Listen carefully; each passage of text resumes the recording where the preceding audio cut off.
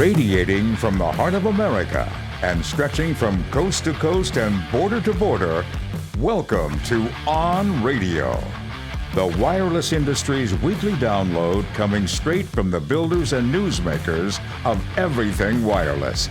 Your host is Jim Tracy, and this is On Radio. Hey, welcome back again this week, wireless family. The On Radio podcast is really super happy to bring back Ainsley Parks for another exciting week talking about tower development and buying towers with acquisitions and stuff like that. Ainsley Parks of Towerpoint, welcome back. How are you? I'm good. How are you? All right, I'm great, thanks. And thanks for joining us on radio. Well, what are some of those stories? I mean, everybody's got a story. I can tell you stories about ranchers who were not happy that we were crossing their land to go to another tenant, and even though it was on an easement. And there's always cool stories that come out of everything from site act to asset management. What's one of yours?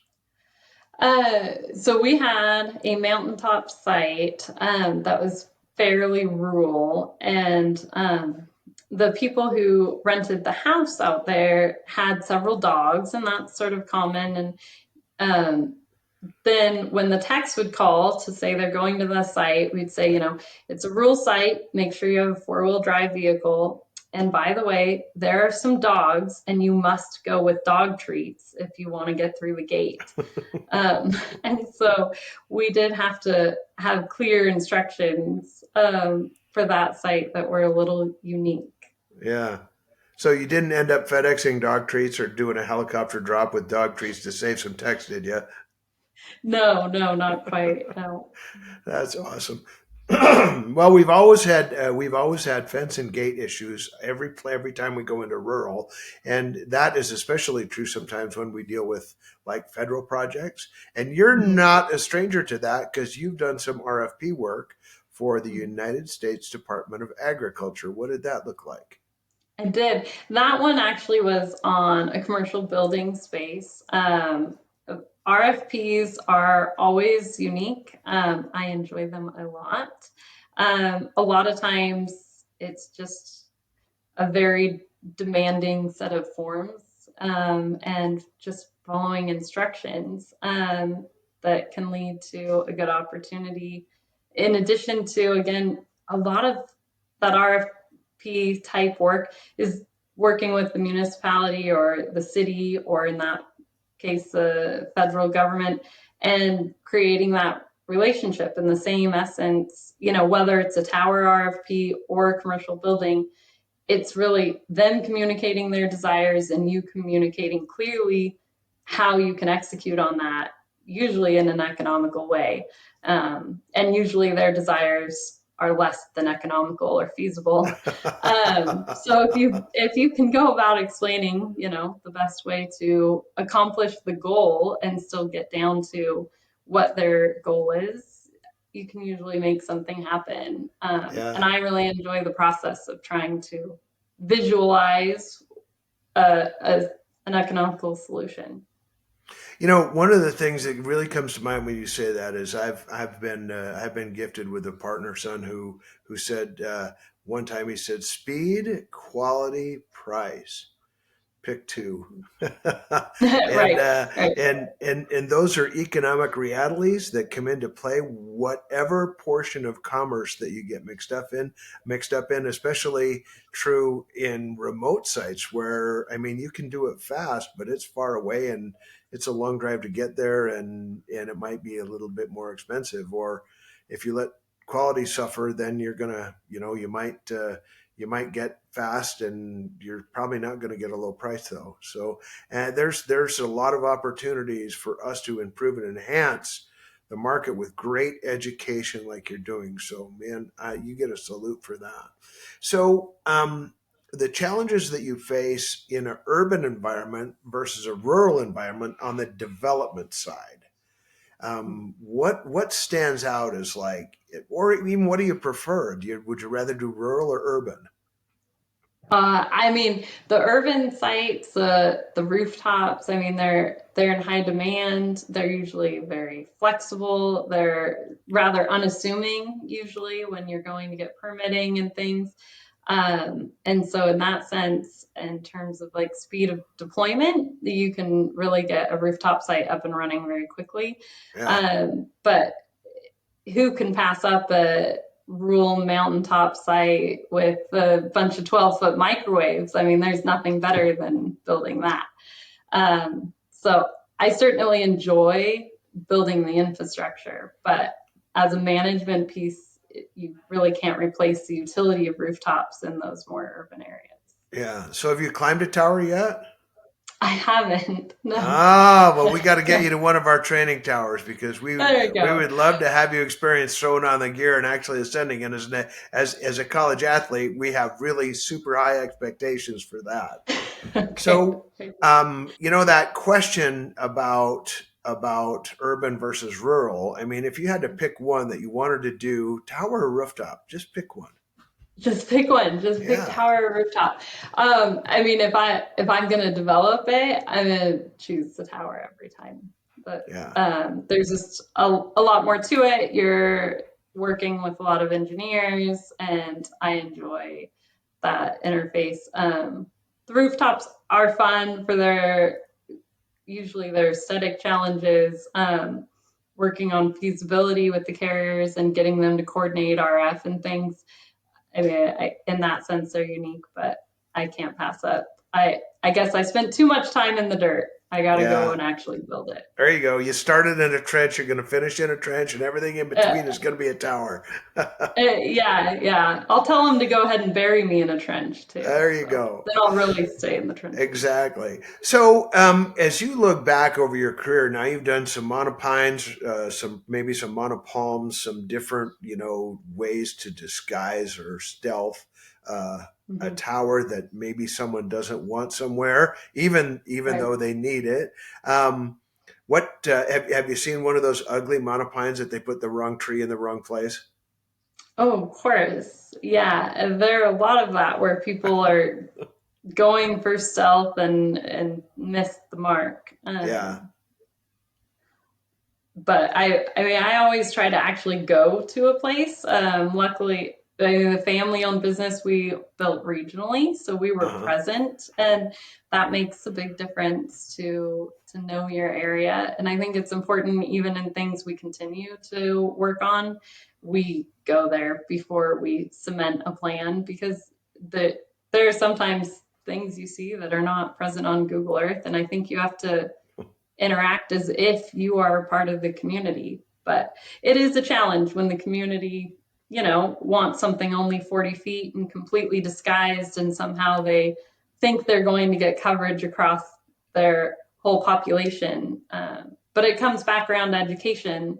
It's like, well, you can build 5 of these towers in your community and you can get the coverage, or we can build one taller one Yeah. and it'll make the same coverage. Yeah. Well, I find often that I have to remind people that 80% of the phone calls that come in to 911 in an emergency situation are now made on a mobile device. And because of that, we don't just want another tower. We need to have adequate, ubiquitous coverage to make sure our public safety professionals can actually do their job. And when I talk to the guys out in the field, I get really excited about that because we are the zero responders enabling all of our EMS services. And that's got to draw some satisfaction to you and your family and Towerpoint for doing it for so long. Right. Yeah. Yeah. No, it is fun to be a part of something so much bigger. It's way bigger than us. So, as you meander through this wireless career, you were brought into it by your grandpa, and your dad said, "Hey, I'm going to go ranch." You and your mom go off and build towers, and now with TowerPoint, you from the get go, from the little kid time, have been a female working in kind of a male dominated industry. What is that like for you? Um, I really found it more or less an advantage, especially in probably my ability to see things from a different point of view and being able to visualize, like we said, what these towers are going to look like and how it'll function within a community. And then it really all again comes back to like education and taking care of that asset. And a lot of that has to do with communicating with a lot of people. And I think as women, it's approachable, you know, Yeah. especially in situations that some people can maybe feel defensive about or unsure of. And Hmm. I think it's really lended more opportunity than not. And it sounds like you can speak with more than single syllable words too. So I bet that has come to play in it too. Some of the tower folks that we deal with are pretty rudimentary, and I salute you. What advice would you give to your younger self about coming in your wake? Why would you tell Ainsley Jr. to enter the tower business or the wireless infrastructure business? I mean, I think the biggest thing is to work hard and to not be. I think the more I get into it, the more questions I ask. I'm grateful for being surrounded by good people with a lot of knowledge. I call my engineer relentlessly, for better or worse. I have another RF engineer I call relentlessly, and again, as more time goes on, I ask more questions, not less. And I think in the beginning, I probably would have said, well, that shows that that you don't know. And the older I get, the more I find that everybody is happy to teach, and that knowledge becomes integral in being able to help make decisions moving forward. Yeah. So don't continue the fake it till you make it routine. Just ask questions and feel free to be a wick and absorb that knowledge. That's what I heard.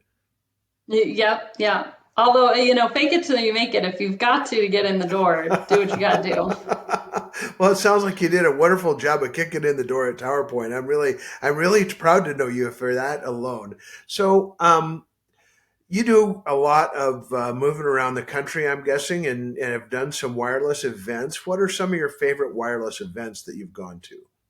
I'm going to be honest, I really haven't been to many of the events. I have found the more I'm in towers, the smaller the world gets, and the Yeah. more overlap I see and experience. But I mostly just know people. I haven't been to like Connect X and things. I know Towerpoint has been, but with two young boys, I've been somewhat restricted in Uh, terms of being able to really All go right, out and do those when they things. hit 18, you bring those boys to Nate Unite wherever it is that year, Okay. and we will make sure and indoctrinate them into the proper way to stay safe on a tower. And speaking of that, Perfect. um, what role does safety play as you roll out and you're looking to develop a tower site or you're looking to optimize or do a mod?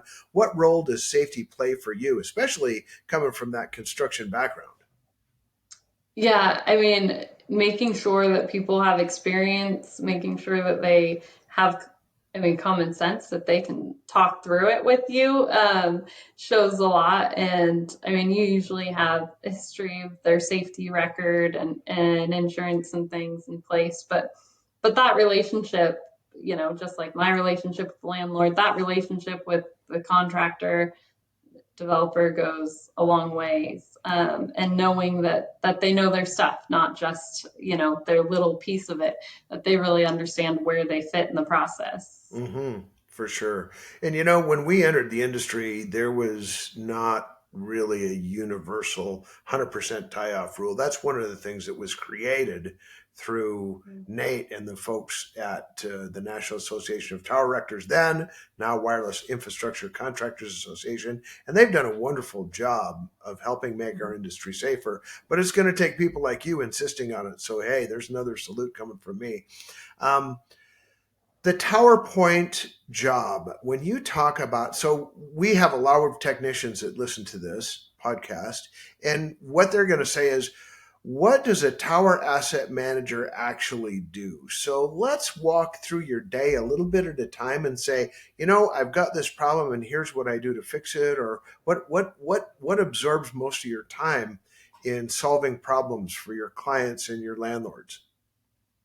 I mean, every day looks incredibly different, but per se, a standard modification, will be an application of CDs and saying, I'm going to move forward, I'm going to change out this equipment for that.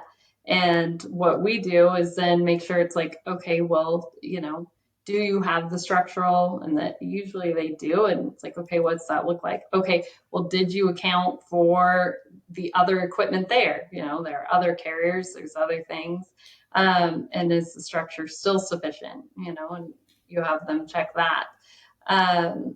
And it's really just holding everybody through the process and making sure then that your landlord also is aware of the work that's going to come on, that they are going to allow access, and that no one's getting phone calls telling you that lift has to be gone. Meanwhile, the carrier has shut everything down and turned everything down in order to make the swap.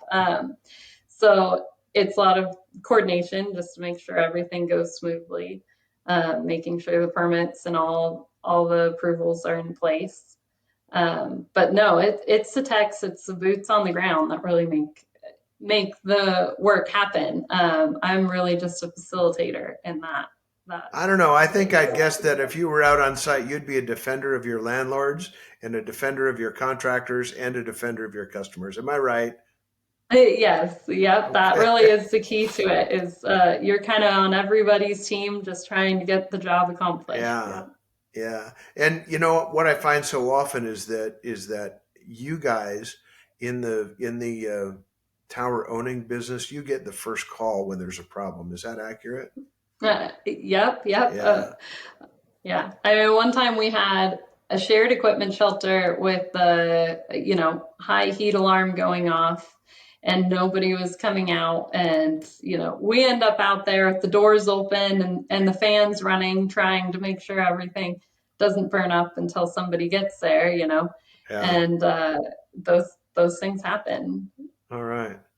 Well, we salute you and we appreciate you for making sure that the towers in our wireless ecosystem get modified, fixed, upgraded, sold, and our landlords get defended, because we really, in this chain of wireless infrastructure, we can't do with any weak links. We really have to have that. And your link has to be exceptionally strong as the first point of contact out there, and one of the ones who gets the emergency calls, if you will.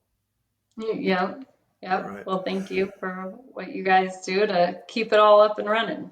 All right. Well, just so everybody knows, the Towerpoint platform is now one of the largest privately held tower owners that's going out in the marketplace, and they're doing acquisitions of towers. And so they're competing in a very, very competitive space.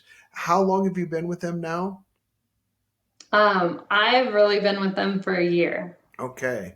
And so it looks like you're digging your new role, and the CEO, I assume, has recovered from your interview process. Just barely. Okay. All right. Well, thanks, Ainsley, for joining us on radio. We appreciate you and all the work that our folks in the tower asset management business do. But hey, let's all choose safety today. This is Jim, and I am out.